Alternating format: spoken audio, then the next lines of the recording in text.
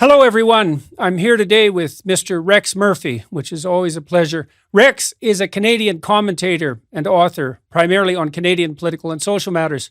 He was the regular host of CBC Radio 1's Cross Country Checkup, a nationwide call-in show, for 21 years before stepping down in September of 2015. He is perhaps Canada's best recognized and most admired, and indeed most loved, journalist. Pleasure to see you, Rex. I'm glad we have a chance to talk again. I think we should go over that bio part where you mentioned most loved. I think there are 3 dogs and 2 cats. Yeah, well, it's hard to believe if you're loved, but it's definitely the case. So I wanted to talk to you today about the Trudeau government and just exactly what's going on. I thought I might give you a bit of background about exactly why I thought we should talk again. So I've been traveling through the U.S. and Europe for the last 3 months. I think 40 cities in the US and then 14 cities in Europe. And I've talked with a lot of people about their attitude towards Canada and how that's changed as a consequence of Trudeau. And so in the US, what I noticed in particular was that people, whether they were Democrats or Republicans, were very unhappy with Trudeau's treatment of the trucker convoy, and also shocked, I would say, that he blamed it on the Americans, especially on the Conservatives, and also appalled that he froze bank accounts. That was not a wise move. And then in Europe, I would say Canada's international reputation has taken a vicious hit. People are shocked, I would say, again, at what happened around the trucker convoy, specifically the freezing of the bank accounts. But also there's a fair bit of buzz about the new bill C-11 and the internet censorship. And so I don't think Canadians really are aware of how vicious a hit the reputation of our country has taken under our current Prime Minister. And so I thought I would talk to you about the peculiar times that we seem to find ourselves in Canada. My sense is that we get a scandal every week and have for about 6 months that under normal circumstances would be sufficient to bring down a government. Yeah. Well, I'll pick you up on a couple of things before I go to the actual scandal point. In reference to Canada's standing either in the US or in Europe, even within the last 3 days, with the decision Roe versus Wade, Mr. Trudeau was in Rwanda, which is not near Quebec, when he commented on the operations of the Supreme Judiciary of the United States on probably the most electric issue in American politics. And here's what he had to say. I actually brought the paper with me. I'm only quoting a small bit of it. Here he is commenting on, and this is very important, he's commenting on the Supreme Court, 1/3 of the constitutional government of the United States, an equal party to Congress and the executive. And this is a prime minister in a separate country. And here's his first response to the decision. The news coming out of the United States is horrific. I pause there. Never mind the particular issue. He's saying that the operation, judgment, determination, and rumination of a court, of a judiciary, of the judicature of the United States, the constitutional balance part, he's commenting on the operation of the essential element of government, and especially on the judges, and he's calling it horrific. Number 2, he goes on. Now he's going to what he would call substance. My heart goes out to the millions of American women who are now set to lose their legal right to an abortion.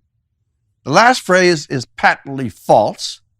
But the biggest thing there is, who was he to play the Bill Clinton empathizer to the constituents of another nation? Now, if you were telling me he's earned a bad reputation in the United States because of blaming American right-wing authorities for bringing money into the convoy, which was proven false. The majority, and by far, of the money that went to the convoy came from ordinary donors in Canada. But every time Trudeau has a problem in Canada, he looks to the right wing of the United States as his convenient villain. Well, what do you think he's going to do now when the people in the United States and in the government, Democrats should be pissed with this as well. He's saying that the United States Supreme Court is an agency of horrific decisions and implying that they're deliberately bringing great pain to American women and stirring up anger. And I'll tap that off by pointing out one other thing. You've already had a night of rage. You've had people storming the private houses of the U.S. Supreme Court. You've had an institution burnt down. You've had the legislature, I think it was in Arizona, invaded so that the police had to. Well, you know, if it were a reverse situation, words of encouragement from an outside prime minister saying that the decision was horrific and that it's going to cause anger on an issue this hot, that was grotesquely irresponsible. And if we're going to blame people's actions on public words, which is a liberal thing to do, then part of the mayhem that we're going to see in the United States over this decision comes from encouragement from our dilettante prime minister here in Canada. Well, I also don't understand it strategically in some real sense, because it looks self-evident that the Democrats are going to face a catastrophic electoral defeat in the fall. And that means that the Trudeau government, assuming it lasts the next 2 or 3 years that it's hypothetically likely to last, is going to be dealing with a much more conservative ally on the southern front. And the steps taken to alienate all those people, especially after he also blamed the MAGA-type Republicans for funding the trucker convoy to destabilize Canadian democracy, just doesn't seem like the most diplomatic or wise thing to do when you're dealing with people who are, well, crucial to us on the trading front, let's say, and not say nothing of defense. Well, one thing you don't look for in the pronouncements of Mr. Trudeau is wisdom. That's a ridiculous effort to begin with, and it will give you no results whatsoever. What you should look for, and which he's given evidence of over the last 7 years, that what he might lack in intellectual sweep, he more than compensates by a certain instinct of cunning. And the reason for slamming Roe versus Wade is that he thinks he's found yet another issue, even though it's in another country, and even though the judicial determinations of the U.S. Supreme Court have no valence or relevance to Canadians, nonetheless, it's the kind of, he calls it's the kind of raw meat, to use an expression he likes a lot when he applies it to the kind of raw meat you throw out. I found it even more annoying that here you are in Rwanda, on your way to a castle in Bavaria, being hit by this RCMP scandal, and you got to jump out of your chair 3 minutes after the Supreme Court decision is announced to let the world know you think their deliberation was horrific, to stir up the already angry hard leftists in the United States, and detract from any attention being paid to issues in Canada, like inflation, gasoline prices, food prices, the closing of Parliament. But I won't go on with those until we get to them. Let's start with the issue of the strange political times that we seem to be in Canada, and perhaps touch on the collusion of the NDP and the media in producing that. Because my sense is, as I mentioned before, that over the span of my life, one of the great advantages of a parliamentary system is that when a government, especially one that doesn't have a strong majority, becomes continually scandal-ridden, that the precedent is for Parliament to dissolve and for an election to take place. Now, I know we just had an election that was completely unnecessary, but we have a situation in Canada where the Liberals have moved radically to the left. They've supplanted the NDP, who are supporting them constantly in what is essentially a coalition government.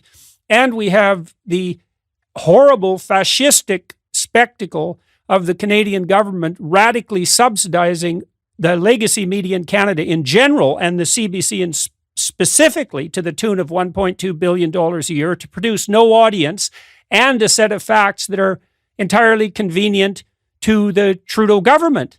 And so we have this perfect storm, especially if you add to that the fact that Trudeau has essentially gutted Parliament for 2 years, partly as a consequence in principle of the COVID scandal. But they just announced this week or last week that virtual Parliament is going to continue for another year, which this is just every week there's something else the Trudeau government does that I find so preposterous and unbelievable that it makes me think that there's something wrong with the way that I'm looking at the news. Like, what the hell's going on with the virtual parliament? What is this? Well, I'll take the virtual parliament first, but I am going to circle back to another thing that you've already, several things you've already mentioned. I thought, for what it's worth, and insofar as I can think, I thought that even when the pandemic was fresh and we didn't have a clear understanding of its true risks or its true range, or whether the vaccines or other emoluments were going to be available, I thought that even then, when at least the grocery store clerks were still on the job, and at that time, by the way, so were the much praised truckers.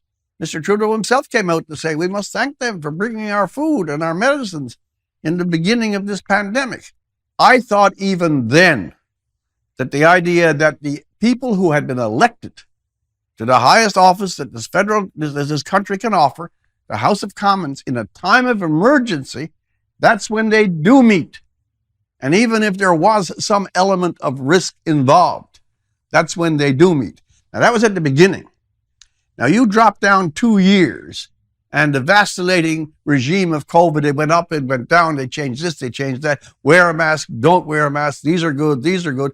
Take one vaccine, take two vaccines, take 2 more booster shots, stay 6 feet apart. Don't take, after 2 whole years, when they finally concede that their own mismanagement can't continue forever. The idea that as he closes down Parliament on June the 22nd of 2022, in not coalition, in collusion with Mr. Singh, he announces in advance that this already gutted, eviscerated, disemboweled Parliament of the last 2 years is now going to have another full year with people sitting in their washrooms in some cases, going on Zoom. There's a side point to this, and it's important to make it. Just because you have the MPs talking to each other by some teleconference, that's not Parliament. The reason that Parliament stands and the reasons that Parliament always works, they are places of assembly. The Newfoundland House, for example, actually wears the etymological force. It is the House of Assembly. And why do you talk of assembly? Canada is vast. Its geography is almost its defeat. And therefore, because of its vastness, the various regions, personalities, and cultures of those regions are vastly dissonant, different, to use the Trudeau term, diverse.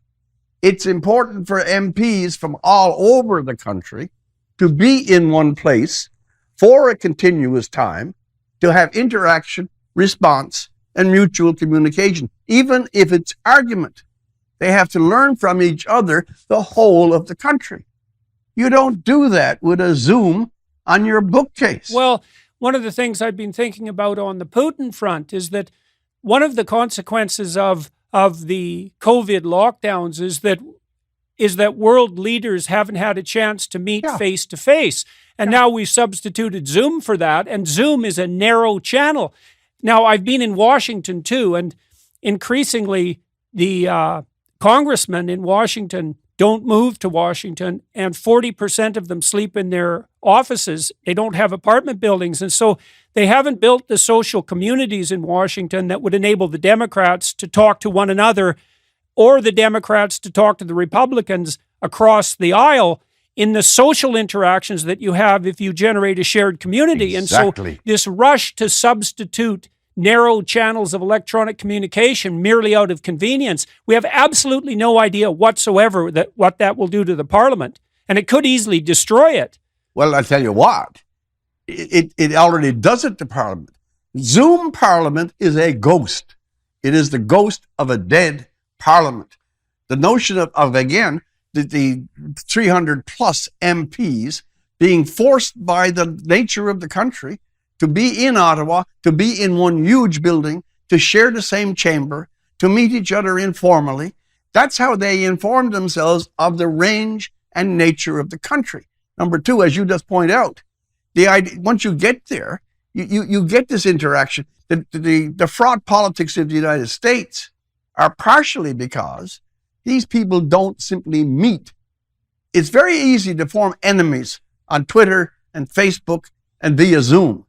But if you sit down and have a meal, even with a person who wildly disagrees with you, and you have to exchange the normal human courtesies, you suddenly modify this visceral response that you throw out so rudely on this ghost network of Twitter and Facebook and Zoom. What you seem to see on the electronic communication front is that differences get highlighted and similarities vanish. And it is definitely the case that if you sit down with someone for a meal, or if your kids are on the same baseball team, that you find out that you're really about 90% the same, right. And That's 10% right. different. And when the channels of communication are narrowed, that inverts and flips.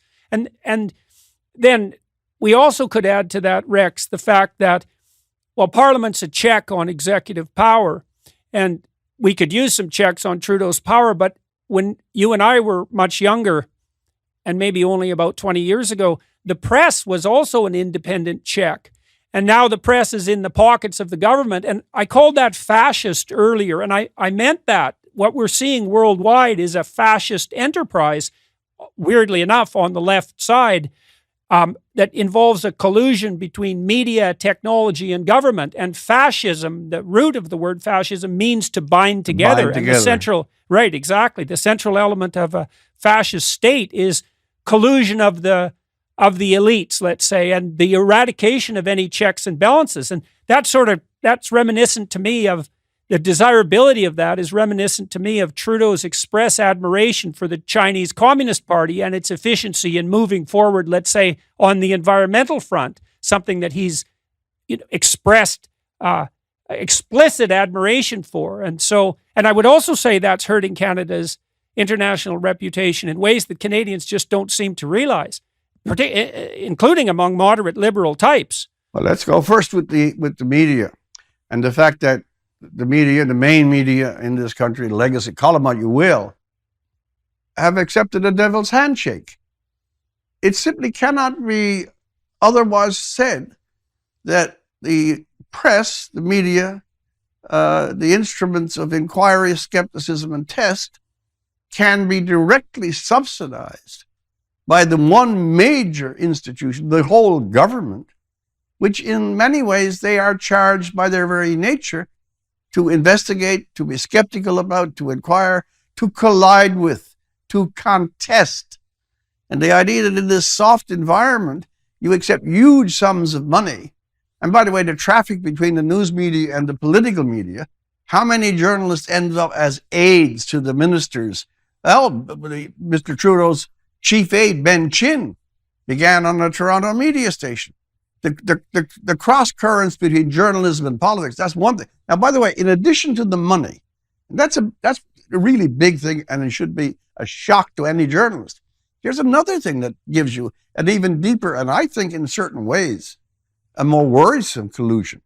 And that is that the mindset of the majority, and I'm not one of these conspiracy people about the press, but I know it enough from 25 or 26 years in it, that the mindset, the mentality, the tendency, the major media offices of parliamentary are already in tune with the agenda of the government.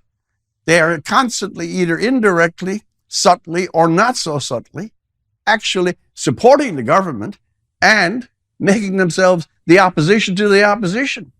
It is really quite remarkable with the RCMP scandals, with Emergency Act, with truckers, with inflation, with oil, that Pierre Poilievre, who is still an outsider looking in, gets a lot of hits. He's going to tear Canada apart. Whereas this giant media, it's because they share the agenda. They share the social identities business. They certainly share the diversity thing, the obsession with racialist politics, and of course, the absorption entirely on the idea of sexual identity and proto. In other words, all of the social justice issues, the press and the parliament are in the same place. So, yeah, being paid for is fascistic. And finally, that Trudeau with the China thing, that's very good. When he was not yet leader, and when he felt he could relax so easily and talk about these things, that's what we call the Kinsey gaffe. You say the thing you really mean, And in his case, if we were China, I could turn the environment around on a dime. The real thing there is not so much the dictatorship of China. It shows that he has a fondness for the ability to merely operate by fiat.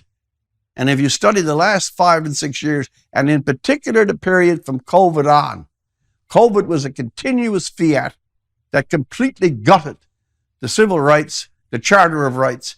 He has people fired, and then when the convoy comes, he calls them racists, homophobes, misogynists, a fringe minority that should not, note this word, that should not be tolerated.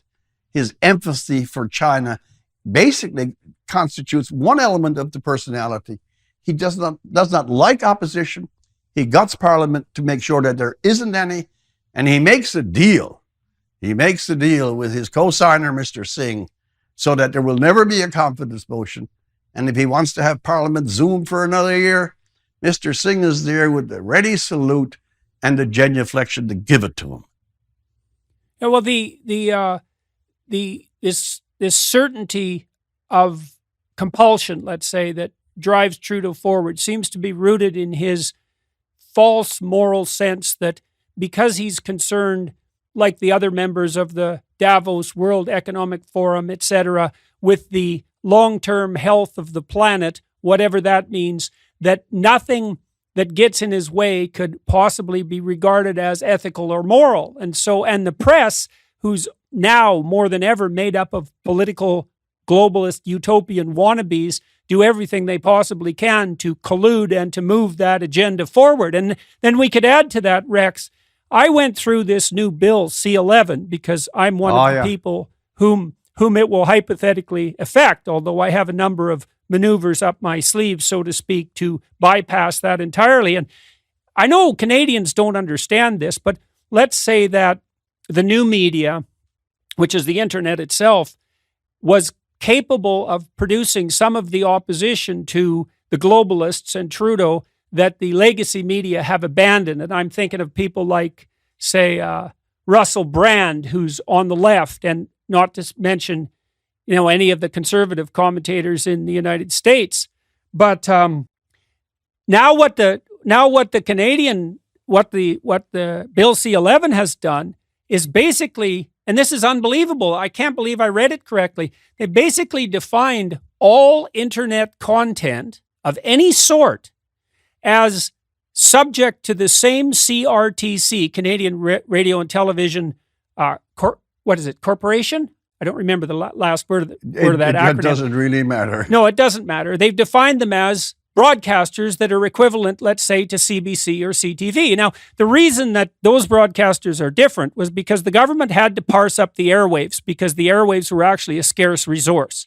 Now, and the internet is not a scarce resource. And now, as far as I can tell, reading Bill C-11, which is an unbelievably vague document, if a internet service provider, a private one, so a small business person like me, let's say, doesn't broadcast in French and English and in indigenous languages and to any diverse range of people with disabilities and highlight Canadian content, then the government can do what it needs to do to deprioritize their distribution.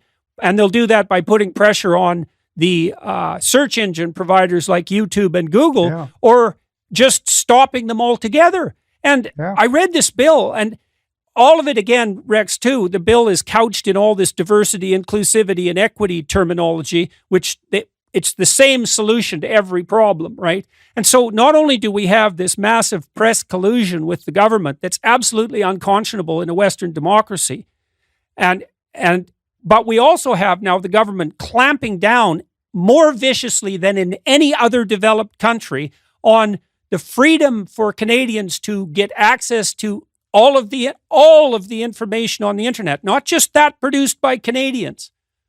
I'm inclined to believe that this idea that these intellectuals, it's mainly a shallow cabinet. I don't care how condescending that sounds, but it mainly is. That they somehow or other have been given Vatican-like infallibility to judge what is correct and is not correct, to make decisions that will hold back. By the way, the whole idea of disinformation and misinformation coming out of the mouths of this government. I mean, they are the greatest purveyor of confusion and evasion and the idea that they then are going to be the kind of grandmas or Mrs. Grundy, as it used to be called in the 19th century, and protect the tender sensibilities of minds that are better than their own. I'm tired of people, and I'm sure you are too, because it's getting so cliched, to bringing up George Orwell, but because he put the stamp on it and gave the template.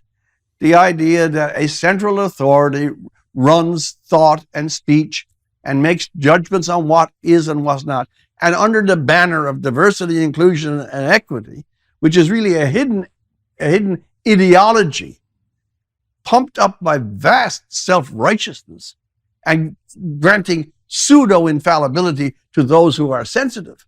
We know this is not the case. Mr. Trudeau got rid of his only Aboriginal female minister. There's equity, there's diversity.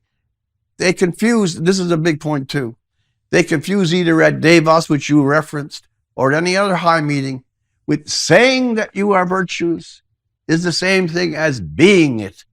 And there's there's a blatant arrogance attached to any government that thinks that in the modern communication system, that it should have any business outside of the exact things that are defined by law as incitement and real, rabid hate.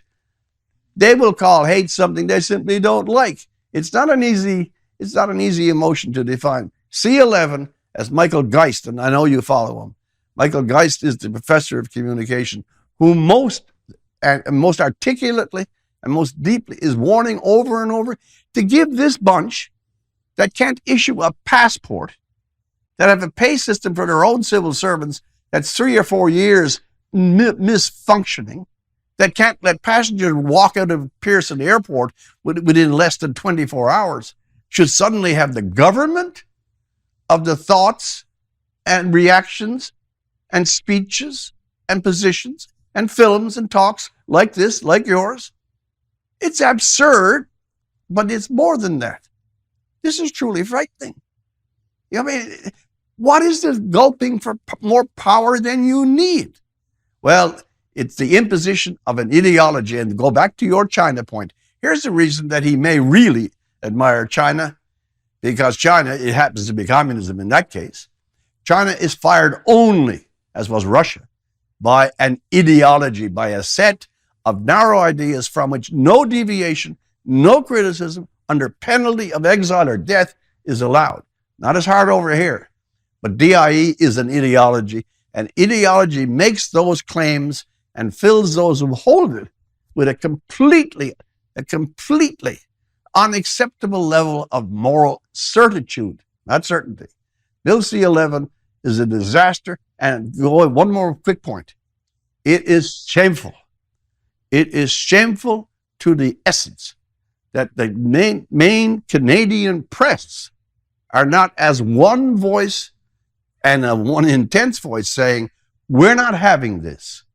We are simply not having this. You are not going to rule on what is information and not information.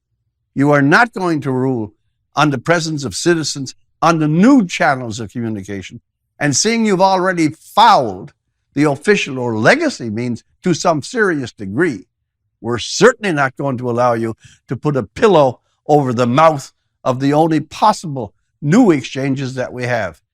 It's a terrible idea, and apart from arrogance, righteousness, and the belief in his own infallibility, I can't see why. But why aren't the MPs even in his own party saying, Justin, you're dreaming, you're out of touch, we don't want to go there, we're not following you on this?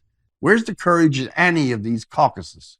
They hand wave about diversity, inclusivity, equity, the environment, and then in Bill C-11 they add the protection of the Canadian culture to that, and which sounds like something taken out of like 1979 or 1980. It's such an outdated idea. And one of the other terrifying things about Bill C-11 is that we won't, in Canada, if this is actually enforced, with the collusion, let's say, of Google and YouTube and so forth, and the forced collusion in some sense, because those companies are not going to break the law, Canadians won't even know what information is being hidden from them, because the laws will take the form of invisible algorithms that merely deprioritize at the listing of content that doesn't meet the impossible criteria that have been laid down. And Bill C-11 is basically written in a way that allows the government to interfere with the promulgation of any information that they deem unacceptable for any reason, because there are so many restrictions on what you're allowed to do now that there's no possible way that any member of the alternative media can meet the criteria. It's just not possible. And it won't just be YouTube broadcasters and podcasters. It's going to be people who provide all sorts of services online, because the bill is written in such a vast manner that the provision of any services on the internet, and we're talking about the internet here, right, which is something people really depend on, that'll all fall under the invisible auspices of a tiny coterie of ideologically addled bureaucrats and algorithms. There are so many points to make in this. As long as this is 2022, I haven't got the year exactly right, but 1637, 1640, or somewhere near that, it was when Milton wrote Areopagitica, which is when Parliament of Great Britain was deciding then that, scurrilous pamphlets, usually of a religious orientation, had to be prohibited, had to be censored. And of all the great speeches about free expression, the value of books, the value of publication, of all the defenses of real free speech and real free thought, the Areopagitica is classic. And as Milton says, whoever knew truth to be defeated in an open contest. Now that's 1637. This is 2022.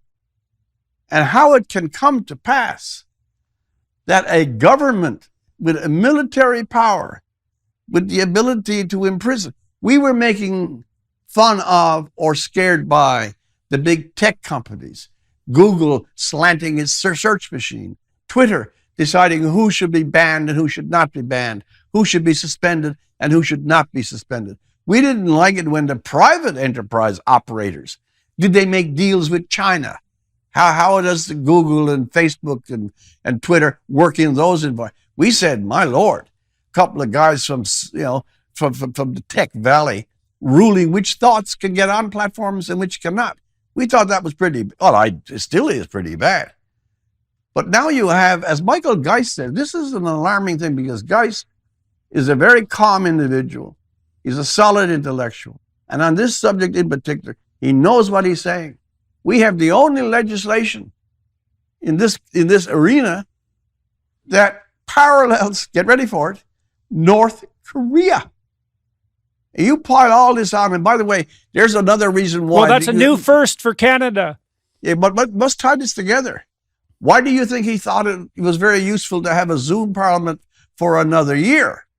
Because the gathering together of all the people who might wake up to this, and who might, because of personal interactions across the lines, might see that this is not a step too far. This is a gigantic leap between mountain peaks too far. No, he wants the parliament closed down or, as I said, emasculated, so that he can bring in his this is his last term.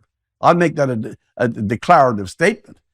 Whatever big moves he wishes to make. But again, in this particular case, we've had it, as I said, we go back to further Milton even. You don't let power determine information, thought, and speech. I mean, if Donald Trump were president and decided to regulate the internet, 9/10 of the world would fly up. Justin could go on about how horrific the justice system of the Supreme Court is, while up here he plays a game halfway between Animal Farm and 1984. By the way, he's making, so as you pointed out, there are so many scandals that one gulps and swallows the other. He has a scandal management that's better than any other. Have a fresh scandal, and then we'll kill the previous one. It's hard to follow him. Yeah, Sorry. Well, exactly. Well, you asked a little earlier what scandal we should perhaps focus on most intently, and it is very difficult to to do that when they're coming at you at a mile a minute, when you have like 15 things that have been done in the last 6 months that should have caused the collapse of the government. But I would say the worst thing that Trudeau did, it's a hybrid between invoking and then rescinding the Emergencies Act for no reason whatsoever. Then he relied on the information provided to him deceitfully by CBC, who retracted it, and then, worst of all, freezing the bank accounts and interfering with the Bitcoin exchanges, because Trudeau established a precedent now that should terrify Canadians of any political engagement whatsoever, which is that if you happen to be peripherally involved with a demonstration, no matter how legal the demonstration is at the moment, and you donate money, that first of all, you'll be tracked, and that's bad enough. Like, that's terrifying enough. But not only tracked, but that all your ability to interact with the entire economic system, because it's not just freezing your bank accounts, right? It's freezing your mortgage, it's freezing your visa, it's making it impossible for you to withdraw any cash, it's putting your family at risk. It's to compare this to what the Chinese are doing with the social credit system is no leap. And that's a terrible conspiratorial thing to say, but it also reflects a deep underlying reality. And I'm telling you, I can't tell you how many people have expressed shock and dismay to me throughout the United States and through Europe about the fact that Trudeau, implemented the Emergencies Act and suspended civil liberties and then froze the bank accounts, especially because Canada has had a great reputation on the financial front for 150 years. The integrity of our financial system, including our banks, has been one thing that Canada really got right. And now, what would you think if you were a foreign investor or anyone seriously considering doing business with Canada, when you know now that if you're a Republican, and heaven forbid a Trump supporter, but a Republican even, that your views are now deemed so extreme that it's meet and just to declare them an emergency and to steal all your money with no trial, with no due process of law, completely arbitrarily and behind the scenes. Scotiabank apologized about 2 weeks ago. I don't know if any of the other big banks did. No, they haven't. But they said they did it under duress. Well, that's because they're bloody cowards, and they're foolish as well, because they've taken a catastrophic hit to their international reputation. Well, let's start go back to where you began yourself. The imposition of revocation before ratification of the Emergency Act that had about 7 to 8 days of life. We have not had yet, we didn't have it then, that's for sure.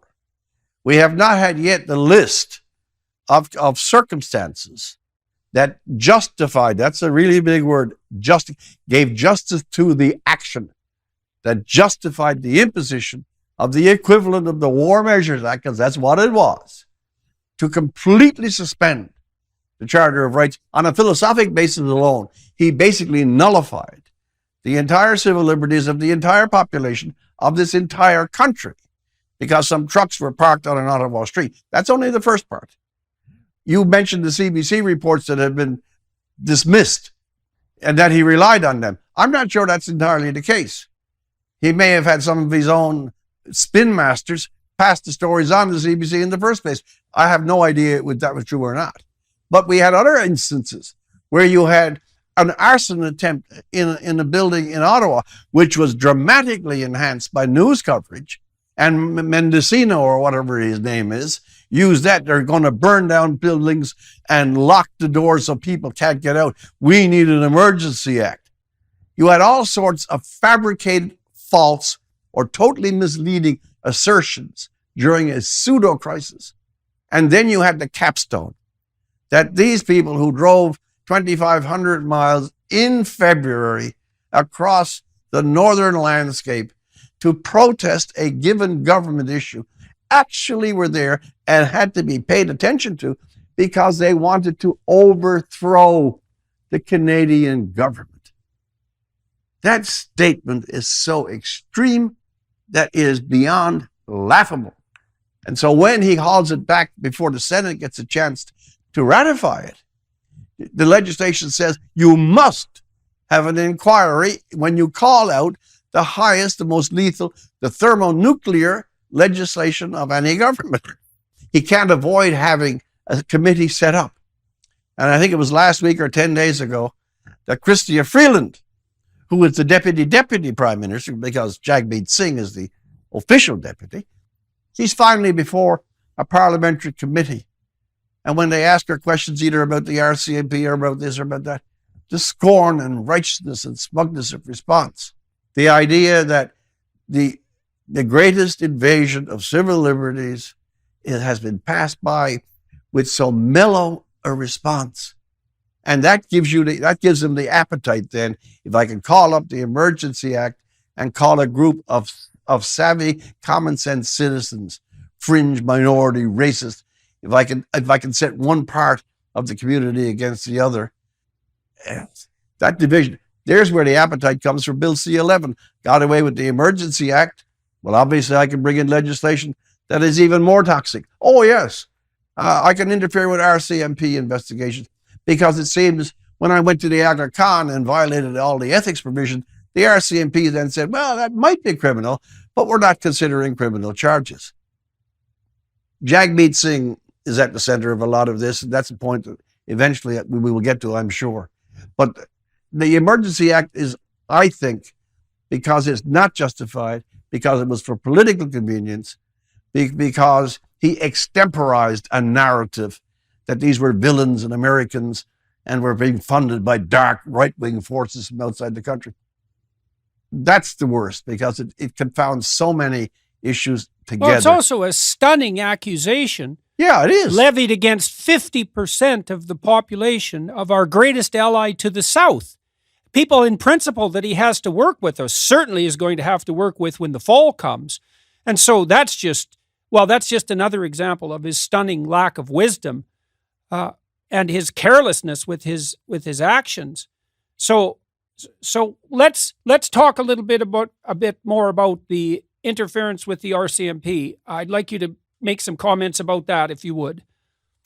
Well, that again, people who know Canadian politics, I want to apologize, but I'll simply say I regret that it's not so fascinating that the people who listen, the range of viewers that you have, may not be as intimate with it as we would wish, or I don't know if I'd wish it on them, but nonetheless. Well, it's a good example of fascist collusion, though, I would say, and that's a threat to everyone in the West.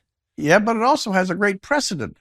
The biggest scandal in terms of principle, in terms of something fundamental, something that reaches to the rule of law, came a couple of years back when he had an attorney general. I mentioned her already, the indigenous lady from BC. I'm getting her name fooled up in my head for just a second. She took a stand that SNC-Lavalin should not get special provisions. And she was, she was the attorney general. And yet people from his PMO office, himself, the highest civil service, cabinet ministers, kept pressing her to change her mind. She warned the prime minister, if you are attempting to influence an attorney general, who is a singular position in any cabinet, if you are attempting to do it, this is terrible. So for 8 or 9 months, she resisted. She said, no, the rule of law can't be politically interfered with.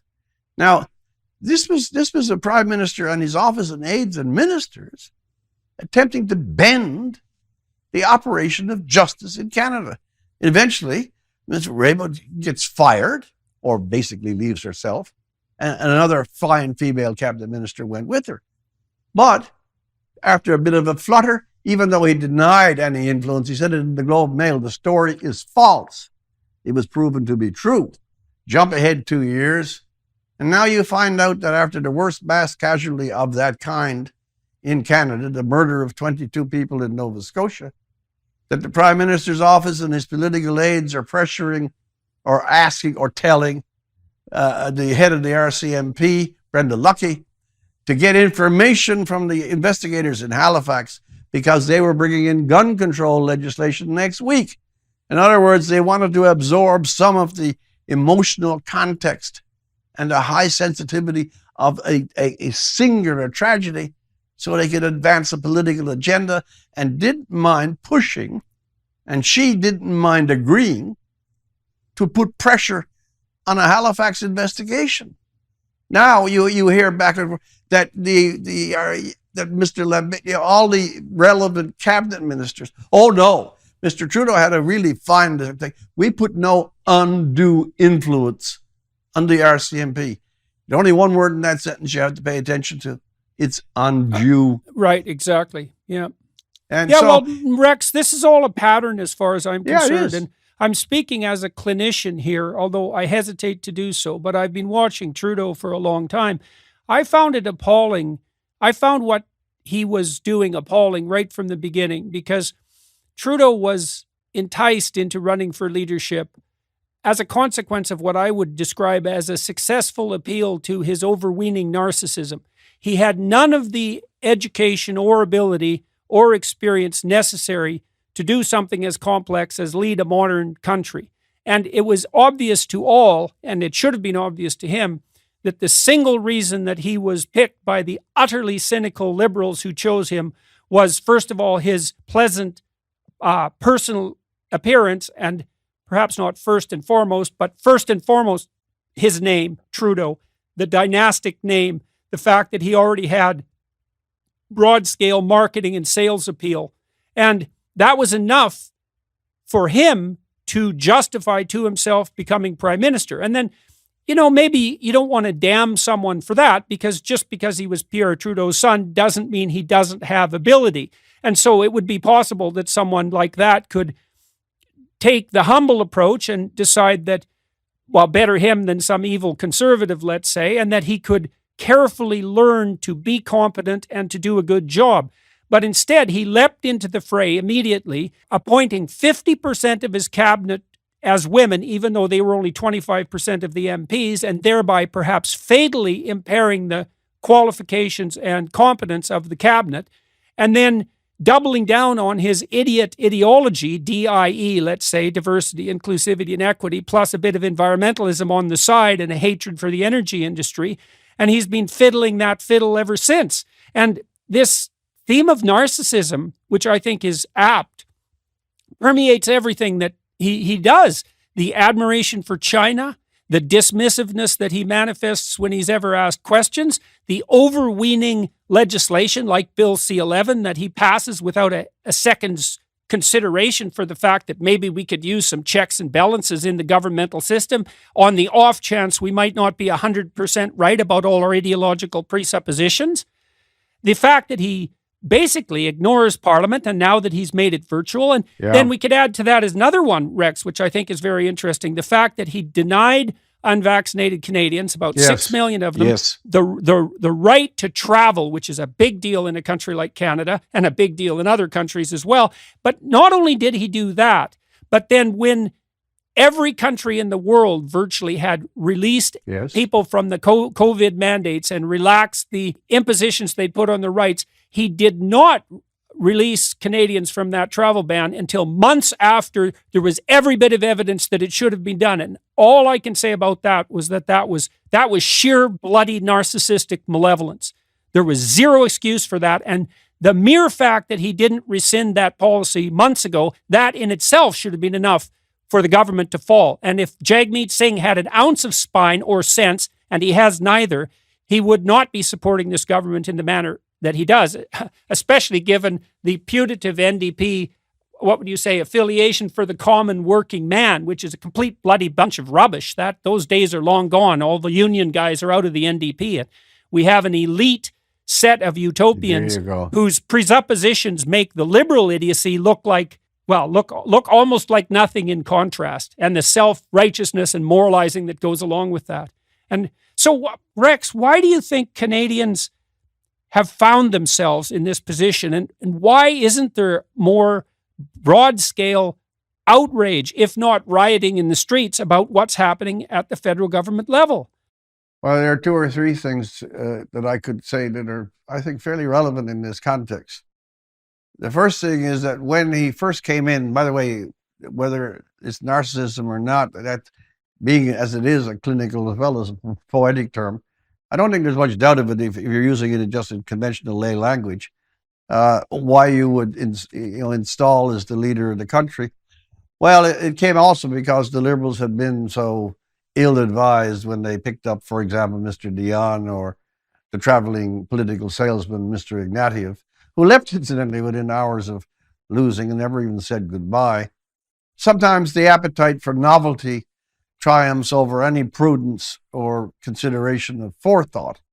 But having seen him for the first term, and having seen the glorious appetite for display and for the gesture, whether it's, doing some yoga stand on a bench or making sure that you show up in the right mood at a certain event or attending the Pride Parade, there's no single symbolic gestural action that he ever avoided. And he signaled time and time. It is in the early days especially, it was a government of signals. That he was also a semi-celebrity. Vogue magazine did a thing on him. And the Canadian press had a wonderful way. I never understood how supine they could be so quickly.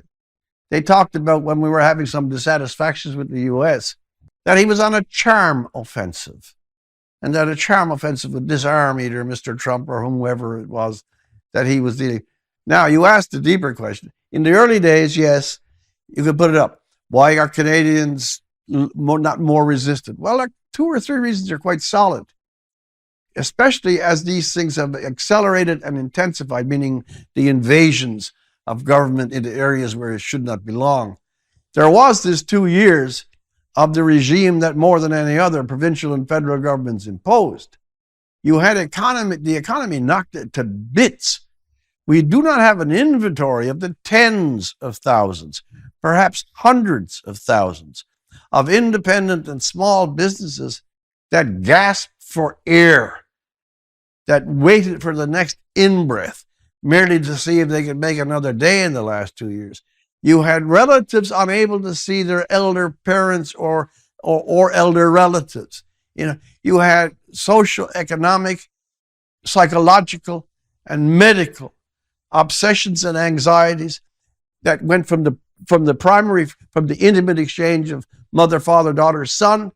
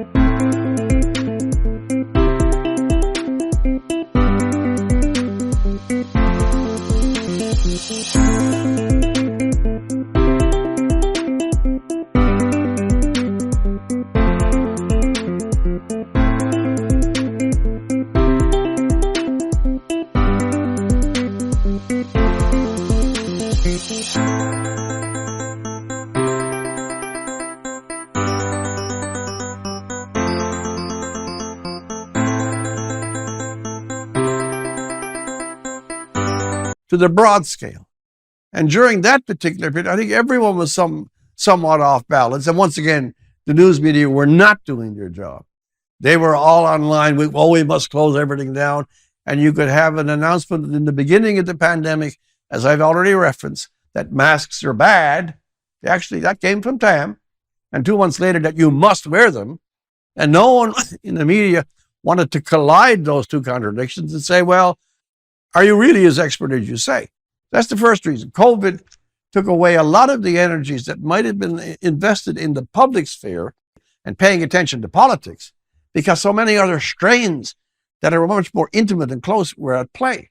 Secondly, and I think this is really, really telling, that in the present 5 and 6 months, when this thing really has come to new levels, whatever was the deal that the NDP, which traditionally is really the oppositional, not the Conservatives, the NDP are the ones that really put the bite on the Liberals. So remember, the War Measures Act was the forerunner of the Emergency Act.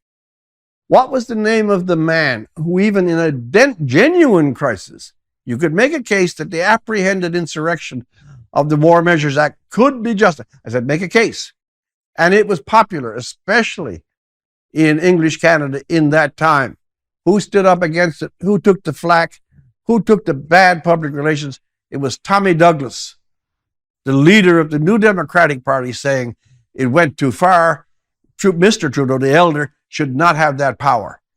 In a new world where you didn't have a genuine crisis, and when the Emergency Act was invoked, in my judgment, for spite and partisan reasons, Jagmeet Singh had already guaranteed Justin Trudeau would have no parliamentary interference. I don't know what's the deal. They talk about dental plans and a few things the NDP want, but I don't know the internalities. What was the discussion? What went on between Mr. Trudeau and Mr. Singh that he would oblige them, meaning Singh, for the next 3 years and preserve them from criticism? This is the telling moment. Well, it's quite stunning, isn't it, that the NDP can enter into a pact with the devil, let's say, and none of us even know why. No, it's like, what's in it for you, Jagmeet? Oh, nothing. Well, nothing doesn't seem like a very good bargain. So what the hell's going on behind the scenes? Where are this is a really good question. The NDP does have some fairly vigorous and occasionally aggressive MPs. They certainly can take on the Tories when they want. And by the way, they love taking on the Tories. That's a big caucus, more or less, relatively speaking. Where are because the NDP does have that moral kind of aura. And people who join the NDP like to believe, at least, that there is a morality driving them that is of a different scale or of a purer value than the other parties. Why are they letting Mr. Singh so desecrate the central image of the entire... Why aren't some of the MPs in the party talking about it? And I also ask, when it comes to the RCMP thing or the Emergency Act, why aren't liberal MPs, even some ministers? Wilson Raybould did it. Why is it that we're not hearing from individual MPs? They've been elected by a constituency. They do have autonomy if they want to use it. They talk about caucus discipline. There's only discipline in the caucus if you accept it. And if you think the prime minister or a cabinet minister has stepped over the line, or the leader of your party is traducing the reputation of your party, then an MP in the NDP or MPs in the Liberal caucus will say, hey, Mr. Trudeau was going too far with the information legislation. He went far too far with the Emergency Act, and his attempt to put division, especially against the working class of Canadians during the trucker protest, that was most unseemly. We don't have opposition from the media in the main, and obviously with Mr. Singh guaranteeing Mr. Trudeau, that's how Mr. Trudeau could cancel Parliament for next year. This is the central dynamic of the entire political moment of our time. And I have not seen one major presence on the Canadian media scene. Sit Jagmeet Singh down 30 minutes and let's have the story. You have not seen it. Yeah, well, that's unbelievable. And well, maybe it's partly the fragmentation of Parliament, and so all the MPs feel isolated. And then I know from talking to Conservative MPs who didn't exactly distinguish themselves in terms of their courage over the last 4 years either, that as individuals, they're all terrified of being isolated and mobbed. And the fact that Parliament is fragmented and that the media, and the new media for that matter, is more than capable and willing to mob, we could use the former Attorney General as case in point, means that people on the MP side, the backbenchers, are cowed in a way that I think is unparalleled. So let's turn, Rex, because it's very difficult to cover all the scandals, and we haven't even touched on another one that's major beyond belief, which is that Trudeau has run up more debt in his short time in office than every single prime minister in Canada managed in total since the founding of the state. And the consequence of that has been an incredible inflation, asset inflation, especially in the housing market, and an unparalleled level of inflation. And you can add to that the consequences of his idiot energy policies, which have emboldened Putin and which have also produced an unparalleled increase in energy prices across Canada. And so we're also, and then that's not enough. That's not enough. No. So in the past year, I have tried to buy, for what it's worth, a new car, a couple of small boats, just fun boats. And I know that's a luxury item, but that's not the point. A snowmobile. I've tried to make a vinyl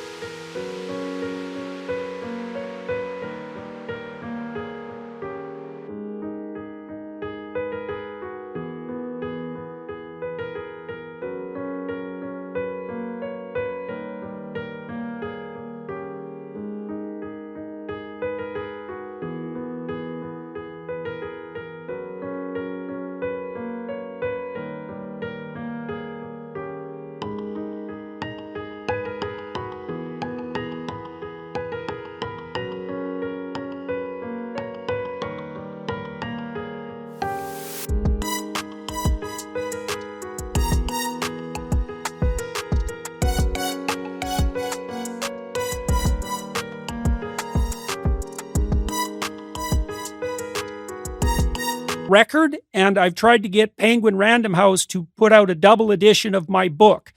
Penguin couldn't do it because there's a cardboard and paper shortage.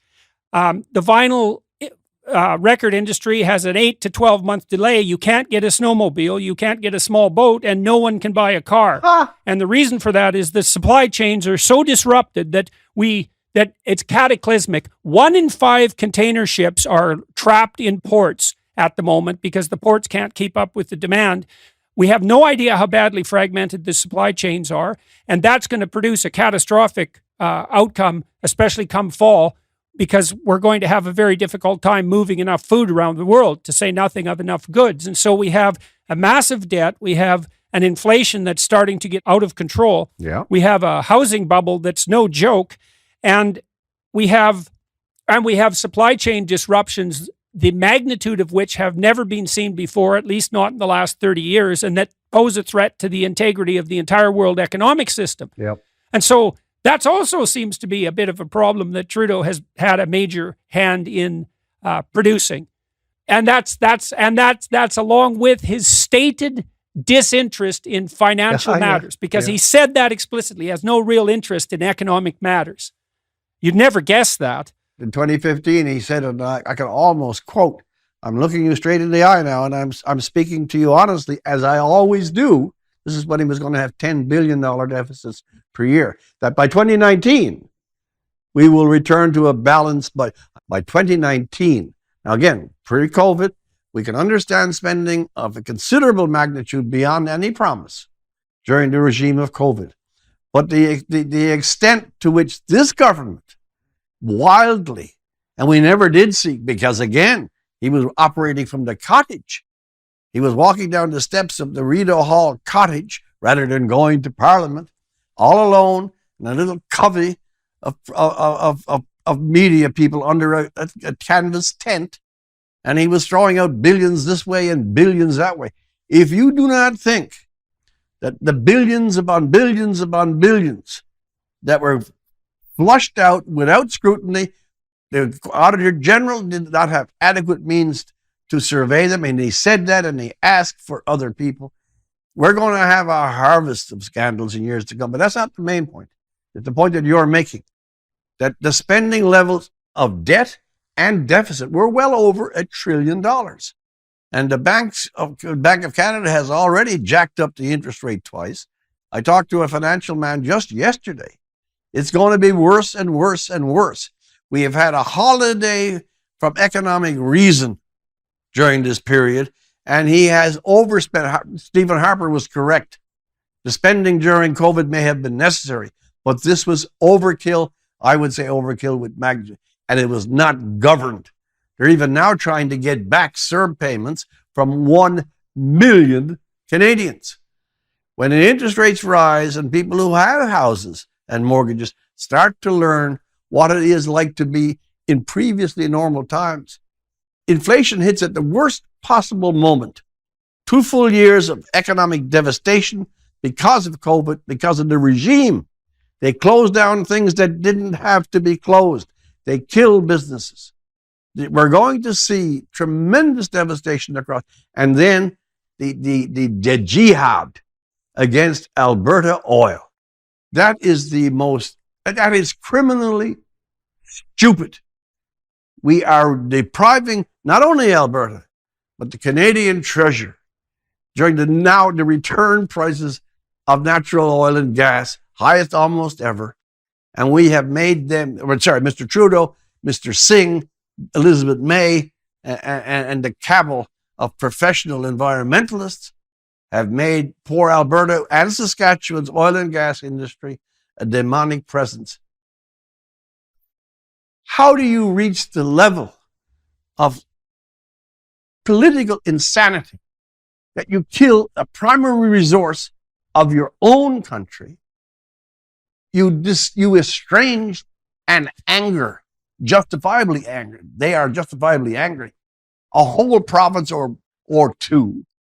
And at the same time, when Mr. Putin, who scorns the green philosophy, and on that one, he's actually right, uses the genuflection to greenism of Europe and Canada to amass the power to use his gas, his oil, as a leverage to control Germany and to influence the operations of Europe.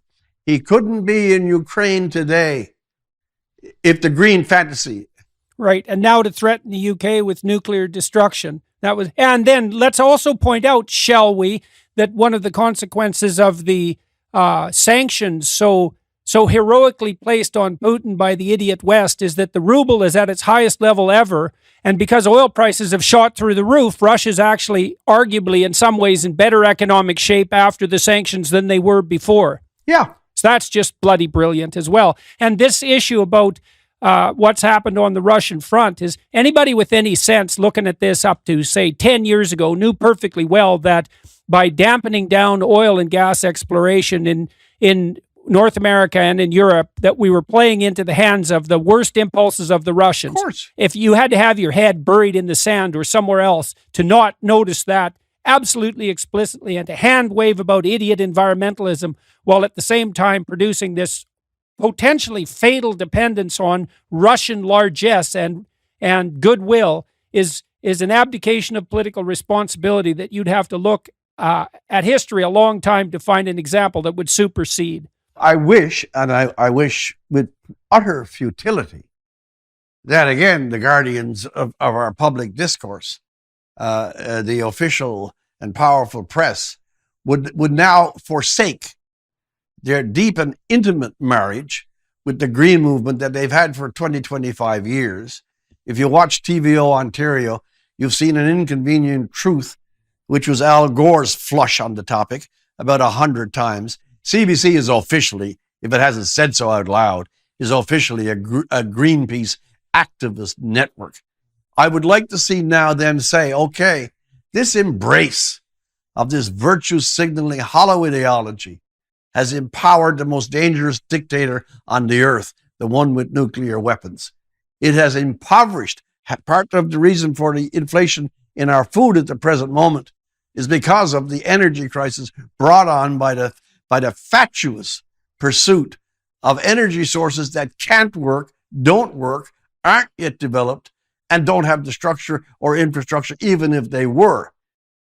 If you want to hear the rest of my conversation with Rex Murphy,